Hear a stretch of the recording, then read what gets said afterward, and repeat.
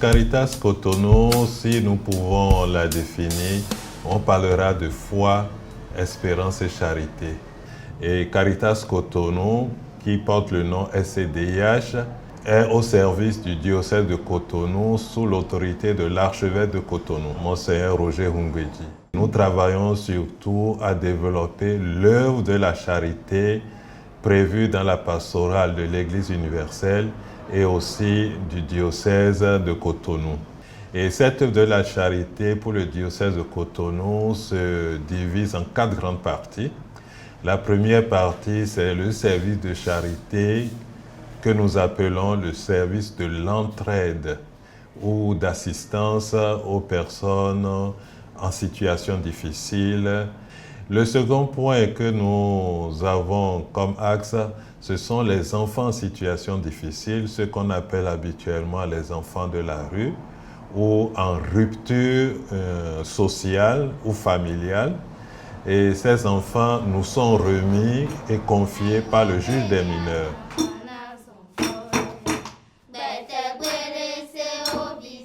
Nous sommes au CO à Kassato, carrefour d'écoute et d'orientation. Je suis au CO parce que je vais aller à l'école. Et je vais à l'école. Ce que je voulais, CO m'a donné. Je fais l'apprentissage maintenant. Nous sommes dans les examens. Quand il y a des examens, et vivons dans le temps.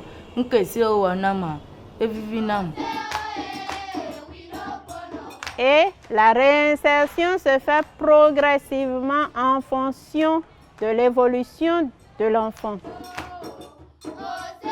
Ici, nous accueillons les enfants en situation difficile. Une fois ici, nous faisons la prise en charge globale.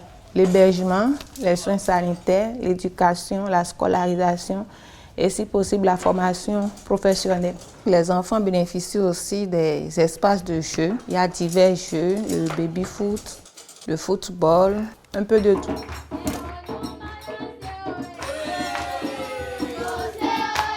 Nous avons ensuite un autre point, un troisième point, c'est le travail en périphérie.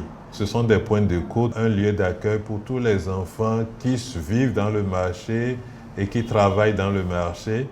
Et le dernier point, c'est le milieu rural, où nous travaillons beaucoup au développement des fermes, même aussi pour l'hydraulique.